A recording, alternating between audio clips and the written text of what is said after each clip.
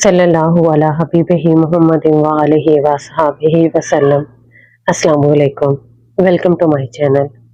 آج کی اس ویڈیو میں ہم آپ کو بتائیں گے کہ زکوٰۃ کیا ہے، زکوٰۃ کب فرض ہوئی، قرآن و حدیث کی روشنی میں زکوٰۃ کن پر واجب ہے اور اس کو نہ ادا کرنے پر کیا وعید سنائی گئی ہے۔ زکوٰۃ ایک مالیاتی اصطلاح ہے، ایمان کے ستونوں میں سے ایک کے طور پر یہ تمام مسلمانوں سے مطالبہ کرتا ہے کہ اپنی دولت کا ایک حصہ خیرات میں عطیہ کریں۔ مسلمانوں کو زکوٰۃ کے لیے اہل ہونے سے پہلے ایک خاص حد کو پورا کرنا چاہیے۔ یہ رقم کسی فرد کی کل بچت اور دولت کا 2.5% یا 1/40 ہے۔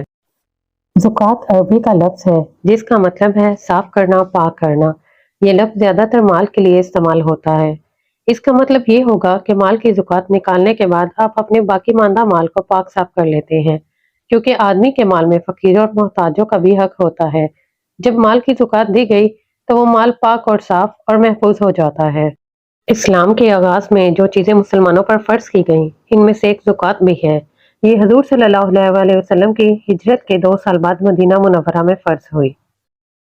قرآن اور حدیث میں جگہ جگہ نماز اور زکوٰۃ کا ساتھ ساتھ حکم آیا ہے اور زکوٰۃ کو ادا کرنے کی بڑی تاکید کی گئی ہے، اور زکوٰۃ نہ دینے والے کو اللہ تعالیٰ کی طرف سے بڑی سخت وعید ہے۔ قرآن پاک میں ایک جگہ آیا ہے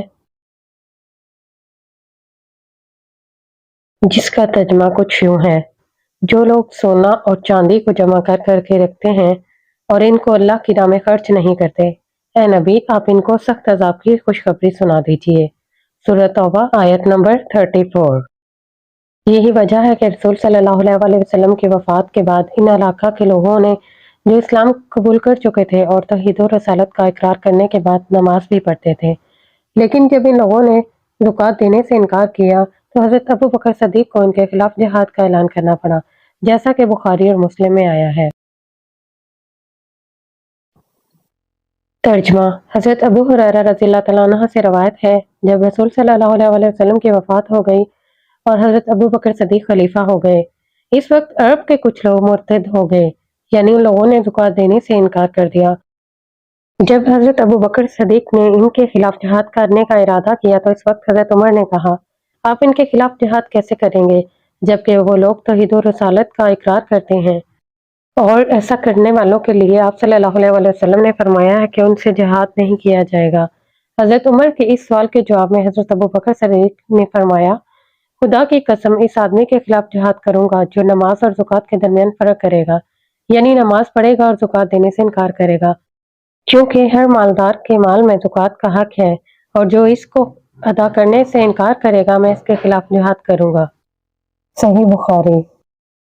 حدیث نمبر 2، جس کا ترجمہ کچھ یوں ہے: جب ایمان کے لوگ توحید و رسالت کے اقرار کے بعد نماز بھی پڑھنے لگیں تب تم ان کو بتاؤ کہ اللہ نے تمہارے مال پر زکوٰۃ بھی فرض کی ہے جو مالداروں سے لے کر فقیروں کو دی جاتی ہے۔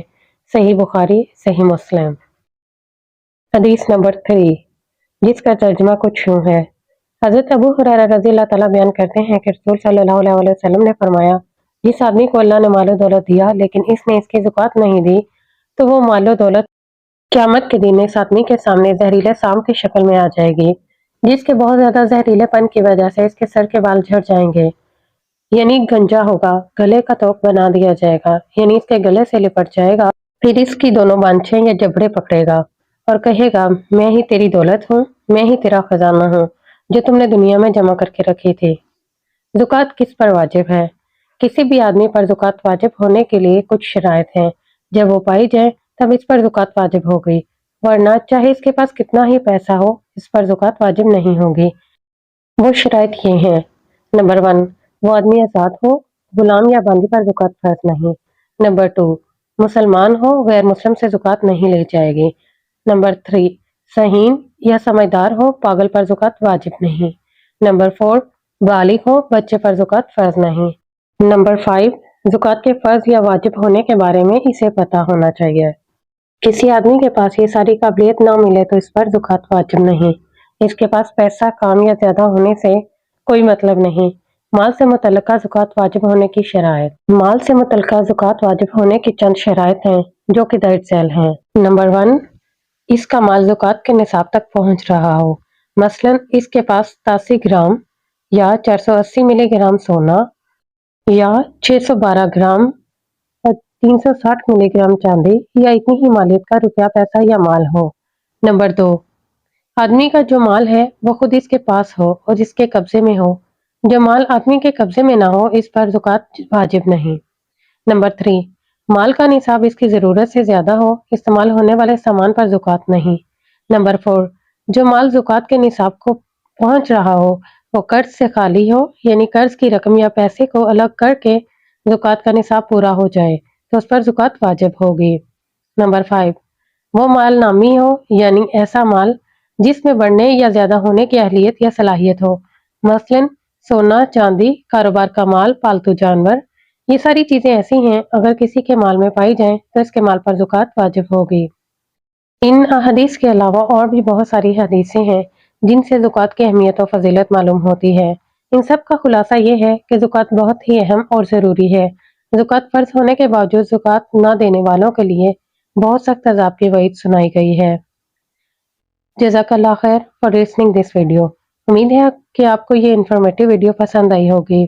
ایسی اور ویڈیو کے لیے میرے چینل کو لائک کیجیے، شیئر کیجیے اور سبسکرائب کیجیے۔ اللہ پاک سے دعا ہے کہ اللہ پاک ہمیں صحیح معنوں میں اسلام کو سمجھنے اور اس پر عمل کرنے کے توفیق عطا فرمائے اور ہمیں اپنے محبوب بندوں میں شامل فرمائے۔ آمین ثم آمین۔